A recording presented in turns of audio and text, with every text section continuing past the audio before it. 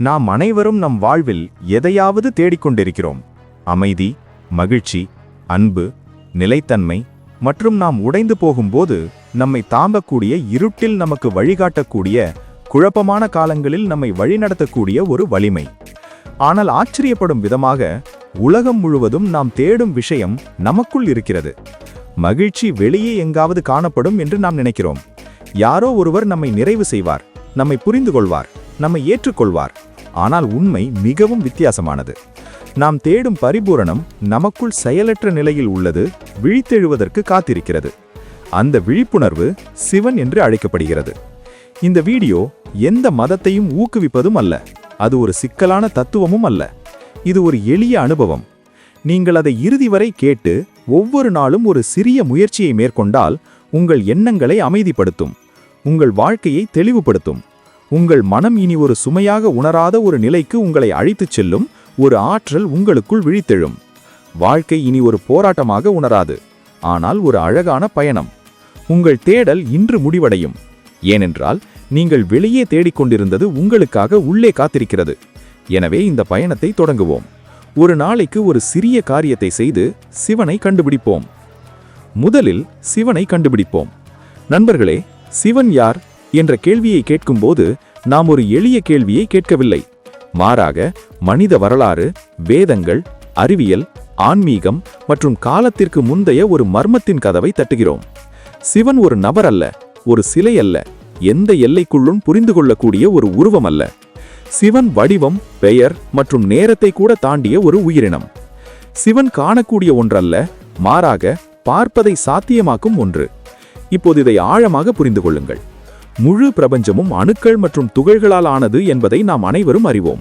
அது நமது உடல்கள், நம்மை சுற்றியுள்ள பொருட்கள், கிரகங்கள், நட்சத்திரங்கள், விண்மீன் திரள்கள் அல்லது காலத்தின் கேன்வாஸில் உள்ள ஒவ்வொரு செயலாக இருந்தாலும் அனைத்தும் அணுக்களால் ஆனது. ஆனால் அணுக்கள் என்பது துகள்களின் தொகுப்பு மட்டுமல்ல.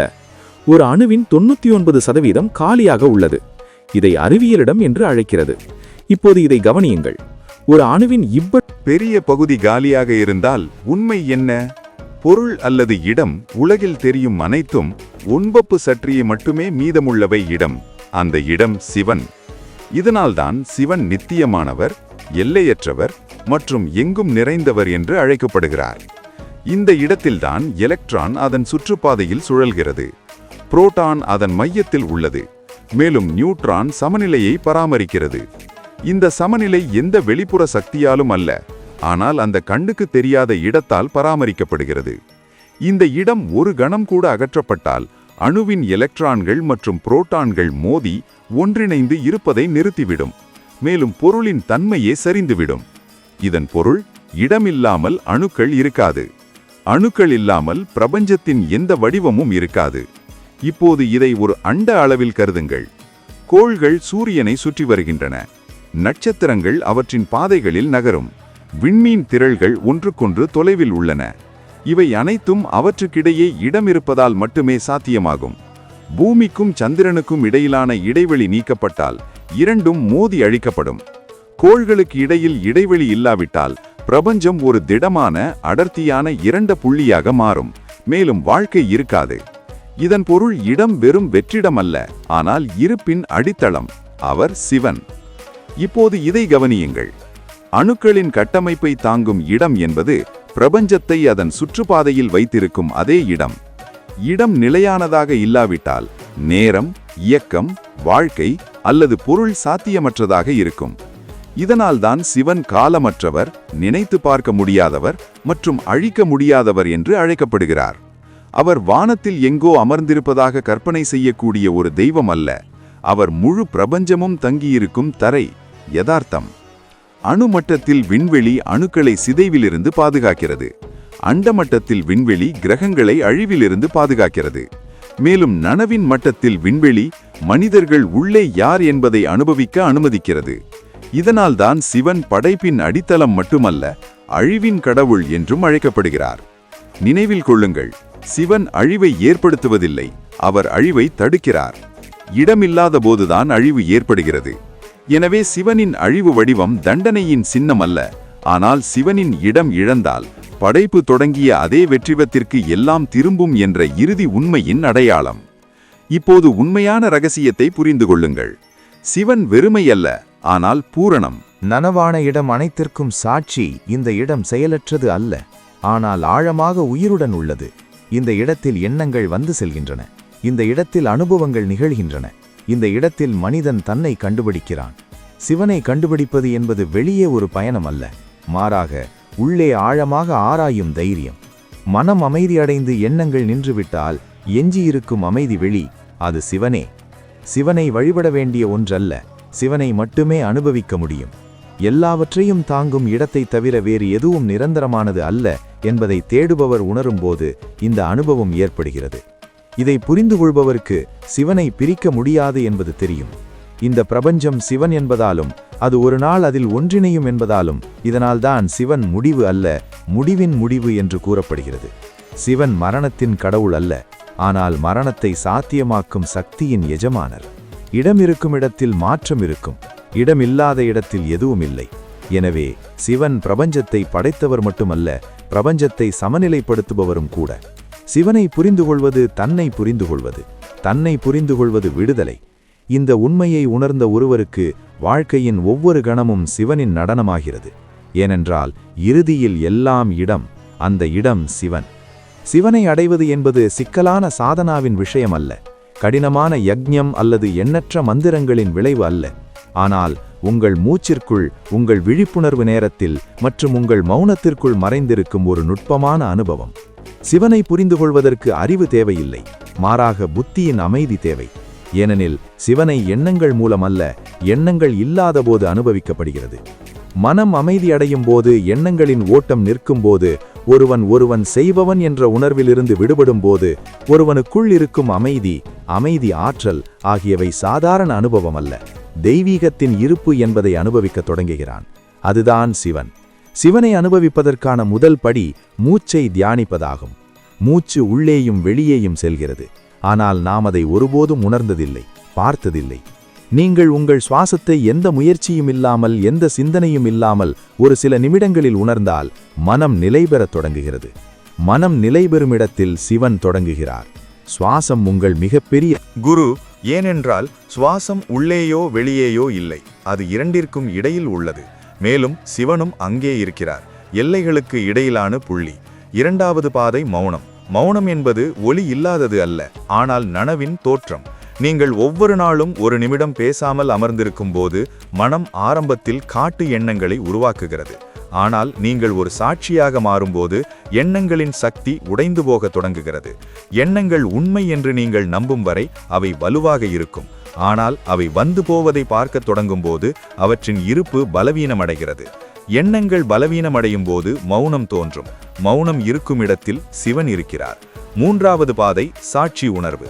இதன் பொருள் நீங்கள் அனுபவிக்கும் எதையும் உணர்ச்சி, எண்ணம், நிகழ்வு, ஒலி, தொடுதல், தீர்ப்பு இல்லாமல் கவனிப்பது. அதை நல்லது அல்லது கெட்டது என்று அழைக்க வேண்டாம், ஏற்றுக்கொள்ளவோ நிராகரிக்கவோ வேண்டாம், வெறுமனே கவனிக்கவும். நீங்கள் வெறுமனே கவனிக்கும் போது மனம் ஒரு காலத்தில் நினைத்த அளவுக்கு முக்கியத்துவம் வாய்ந்ததாக இல்லை என்பதை உணர்கிறது. அந்த நொடியிலேயே நீங்கள் மனதை கடந்து செல்கிறீர்கள். நீங்கள் மனதை கடந்து செல்லும் போது சிவனின் அனுபவம் தொடங்குகிறது. ஏனெனில் சிவன் மனதிற்கு அப்பாற்பட்டவர். சிவன் எந்த வடிவத்திலும், எந்த எண்ணத்திலும், எந்த கதையிலும் இல்லை. ஆனால் பாவம், நல்லொழுக்கம், எதிர்காலம், கடந்த காலம் இல்லாத பாரபட்சமற்ற பார்வையில் இருக்கிறார். நிகழ்காலம் மட்டுமே. இது சாட்சி உணர்வு. சிவனை நோக்கிய பயணம் நீண்ட தூரம் பயணிப்பது பற்றியது அல்ல, அது நீங்கள் இருக்கும் இடத்திலேயே நின்று உங்களை நீங்களே அனுபவிப்பது பற்றியது. மக்கள் ஒரு புனித யாத்திரை தளத்தில், காட்டில், கோவிலில், ஒரு குகையில் சிவனை அனுபவித்ததாக நினைக்கிறார்கள். ஆனால் உண்மை என்னவென்றால், உங்கள் மனம் உங்களுக்கு எதிராக வேலை செய்வதை நிறுத்தி உங்கள் இருப்பு உங்களுக்கு சாதகமாக வேலை செய்ய தொடங்கும் தருணத்தில் சிவனை அனுபவிக்கிறீர்கள். நீங்கள் அவரை தேடும் இடம் சிவன் அல்ல, நீங்கள் அவரை கண்டுபிடிக்க முயற்சிப்பதை நிறுத்தும் இடம் சிவன். எனவே சிவனை அனுபவிப்பது ஒரு சாதனை அல்ல, மாறாக சரணடைதல். இது ஒரு செயல் அல்ல, ஆனால் ஒரு இருப்பு நிலை. முயற்சி, போராட்டம், எண்ணங்கள் மற்றும் அடையாளத்தை நீங்கள் விட்டுவிடும்போதுதான் நீங்கள் தனியாக இல்லை, எல்லையற்ற சக்திக்கு சாட்சி என்பதை நீங்கள் புரிந்து கொள்வீர்கள். அந்த சக்தி சிவன். இந்த அனுபவத்தை வார்த்தைகளில் விவரிக்கவோ அல்லது தர்க்கத்தால் விளக்கவோ முடியாது. அதை அனுபவித்தவர்களால் மட்டுமே இது புரிந்து கொள்ளப்படுகிறது. இந்த அனுபவம் எவ்வளவு எளிமையானதோ அவ்வளவு அரிதானது. ஏனென்றால் மக்கள் சிக்கலில் மகிழ்ச்சி அடைகிறார்கள், எளிமைக்கு பயப்படுகிறார்கள். ஆனால் ஒவ்வொரு நாளும் சிறிது நேரம் அமைதியாக உட்கார்ந்து அவர்களின் மூச்சை உணர்வுடன் உணர்ந்து அவர்களின் எண்ணங்களால் பாதிக்கப்படாமல் அவதானிப்பவர் படிப்படியாக சிவனை அனுபவிக்க தொடங்குகிறார். மேலும் சிவம் வெளிப்படும் பொழுது வாழ்க்கை மாறத் தொடங்குகிறது. இந்த மாற்றம் வெளிப்புறமானது அல்ல, உள் உலகத்தால் அசைக்க முடியாது. இது சிவனின் அனுபவம், எளிமையானது, ஆழமானது, எல்லையற்றது, நிப்பியமானது. மனம் ஏன் நிகழ்காலத்தில் நிலைத்திருக்கவில்லை? இந்த கேள்வி எளிமையாக தோன்றுகிறது. ஆனால் அதற்குள் மனித உணர்வின் மிகப்பெரிய மர்மம் உள்ளது. மனதின் இயல்பு அலைந்து திரிவதுதான். மனம் ஒருபோதும் இந்த நேரத்தில் அமைதியாக இருக்காது. ஏனென்றால் நிகழ்காலத்தில் இருக்க மனம் இறக்க வேண்டும். மனம் மரணத்திற்கு அஞ்சுகிறது. மனதின் முழு இருப்பும் எண்ணங்களை அடிப்படையாக கொண்டது. மேலும் எண்ணங்கள் எப்போதும் கடந்த காலத்தையோ அல்லது எதிர்காலத்தையோ நோக்கி அலைந்து திரிகின்றன. கடந்த காலத்தில் நினைவுகள், வருத்தங்கள் மற்றும் வலிகள் உள்ளன. எதிர்காலத்தில் நம்பிக்கைகள், அச்சங்கள் மற்றும் கற்பனைகள் உள்ளன. மனம் இரண்டையும் விரும்புகிறது, ஏனெனில் அவை கட்டமைப்பையும் அடையாளத்தையும் வழங்குகின்றன. ஆனால் இப்போது நடக்கும் நிகழ்காலம் மனதின் பிடியில் அடங்காது. நிகழ்காலத்தில் வாழ நீங்கள் எண்ணங்களை மீற வேண்டும். ஓ, இதை மனதால் ஏற்றுக்கொள்ள முடியாது. மனம் ஒருபோதும் உங்களை நிறுத்தச் சொல்லாது. அது எப்போதும் சிந்திக்கவும், தேடவும், ஒப்பிடவும், நினைவில் கொள்ளவும், திட்டமிடவும் சொல்கிறது. மனம் எப்போதும் ஒரு கதையில் சிக்கிக்கொள்ள விரும்புகிறது. ஏனென்றால் மனம் வாழ்கிறது கதையில்தான். நீங்கள் நிகழ்காலத்தை கவனித்தால் பதற்றமில்லை, பிரச்சனை இல்லை, கேள்வி இல்லை, பயமில்லை என்பதை நீங்கள் காண்பீர்கள். பிரச்சனை எப்போதும் மனதில்தான் இருக்கிறது, கணத்தில் அல்ல. ஆனால் நாம் கணத்தை பார்க்க முடியாது. ஏனென்றால் நாம் நம் மனதின் குரலில் மூழ்கி இருப்பதால் உண்மையான உலகத்திலிருந்து துண்டிக்கப்படுகிறோம்.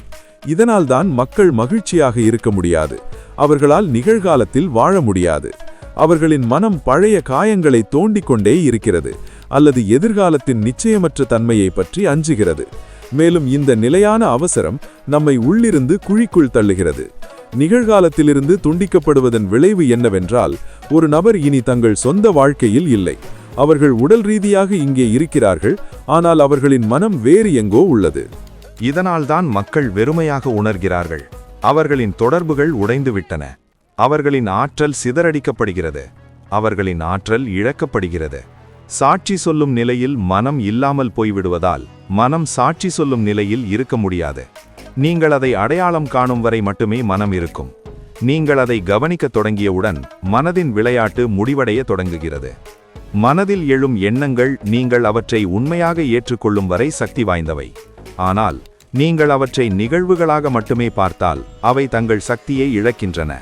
இதன் விளைவாக ஒரு நபர் போராட்டத்தில் வாழத் தொடங்குகிறார். அவர்கள் வாழ்க்கை கடினம் என்று நினைக்கிறார்கள். கடினமானது வாழ்க்கை அல்ல, மனம். மனம் நிலையற்றதாக இருக்கும் பொழுது உடலும் நிலையற்றதாகிவிடும். உணர்ச்சிகள் ஒழுங்கற்றதாகி உணர்வு பலவீனமடைகிறது. நாம் எல்லாவற்றையும் கட்டுப்படுத்த விரும்புகிறோம். மேலும் இந்த கட்டுப்படுத்தும் முயற்சி நம்மை நிகழ்காலத்திலிருந்து மேலும் விலக்கிச் செல்கிறது. மனம் மிகவும் குழப்பத்தை உருவாக்கும் அளவுக்கு ஒரு நபர் தனது உண்மையான அடையாளத்தை மறந்துவிடுகிறார். அவர்கள் உடலையும் எண்ணங்களையும் தங்களுக்காக தவறாக புரிந்து கொள்கிறார்கள். இந்த அடையாளம் தவறாக இருக்கும் பொழுது அனுபவங்களும் தவறாகின்றன. இதனால்தான் மக்கள் அமைதியை தேடுகிறார்கள். ஆனால் அதை ஒருபோதும் கண்டுபிடிக்க மாட்டார்கள். ஏனென்றால் அவர்கள் அதை தவறான இடத்தில் தேடுகிறார்கள். உண்மை என்னவென்றால், நிகழ்காலம் அமைதி, நிகழ்காலம் பேரின்பம், நிகழ்காலம் தெய்வீகம். ஒரு நபர் நிகழ்காலத்தில் இருக்கும்போது அவர்கள் வாழ்க்கையை பார்ப்பதில்லை, அதை வாழ்கிறார்கள். அவர்கள் போராடுவதில்லை, ஓட்டத்தில் வாழ்கிறார்கள். அவர்கள் கேட்பதில்லை, பெறுகிறார்கள். அவர்கள் தேடுவதில்லை, அனுபவிக்கிறார்கள். ஆனால் நிகழ்காலத்தில் வாழ நீங்கள் மனதை நட்பு கொள்ள வேண்டும். நீங்கள் அதை புரிந்து கொள்ள வேண்டும். நீங்கள் அதை கவனிக்க வேண்டும். நீங்கள் மனதை கவனித்தவுடன் அது அதன் பிடியை இழக்கிறது. சாட்சி உணர்வு பிறக்கும் தருணம் இது. சாட்சி உணர்வு பிறக்கும் இடத்திலே சிவன் வெளிப்படத் தொடங்குகிறார்.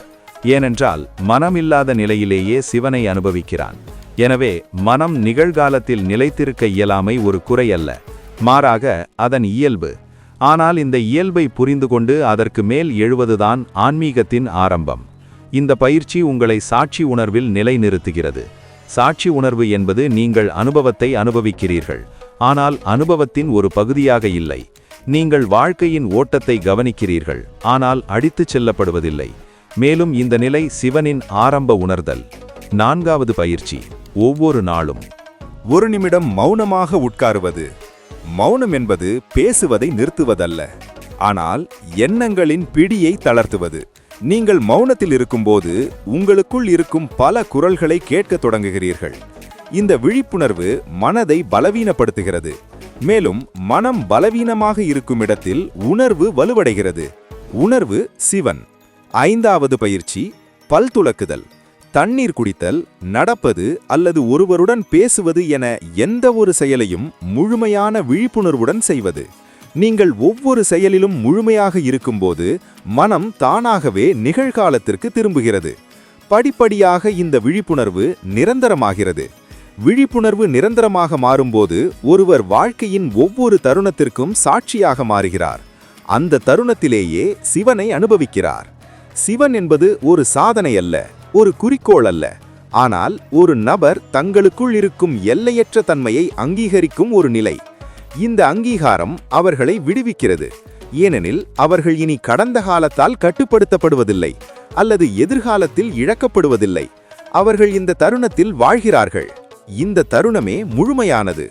நிகழ்காலத்தில் வாழும் ஒருவர் துக்கத்தால் துன்புறுத்தப்படுவதில்லை, பயத்தால் அச்சுறுத்தப்படுவதில்லை, பேராசையால் ஈர்க்கப்படுவதில்லை. அவர்களின் கண்களில் அமைதி இருக்கிறது, அவர்களின் மனதில் நிலைத்தன்மை இருக்கிறது. மேலும் அவர்களின் முன்னிலையில் ஒருவர் தெய்வீகத்தை அனுபவிக்கிறார். இது சிவத்வா. அதை அடைய நீங்கள் ஒரு கோவிலுக்கு செல்ல வேண்டிய அவசியமில்லை, ஒரு குருவின் உதவியை நாட வேண்டிய அவசியமில்லை, சிக்கலான கோட்பாடுகளை படிக்க வேண்டிய கட்டாயமில்லை. ஒவ்வொரு நாளும் ஒரு சிறிய காரியத்தை செய்யுங்கள். எழுந்திரு, கவனியுங்கள், மூச்சை உணருங்கள், எண்ணங்களுக்கு இடம் கொடுங்கள், ஆனால் அவற்றை பிடித்து கொள்ளாதீர்கள். இந்த சிறிய பயிற்சி படிப்படியாக உங்களுக்குள் ஒரு இடத்தை உருவாக்குகிறது. அங்கு மோதலில்லை, சத்தமில்லை, அமைதி மட்டுமே உள்ளது, இருப்பு மட்டுமே உள்ளது. அதுதான் சிவன்.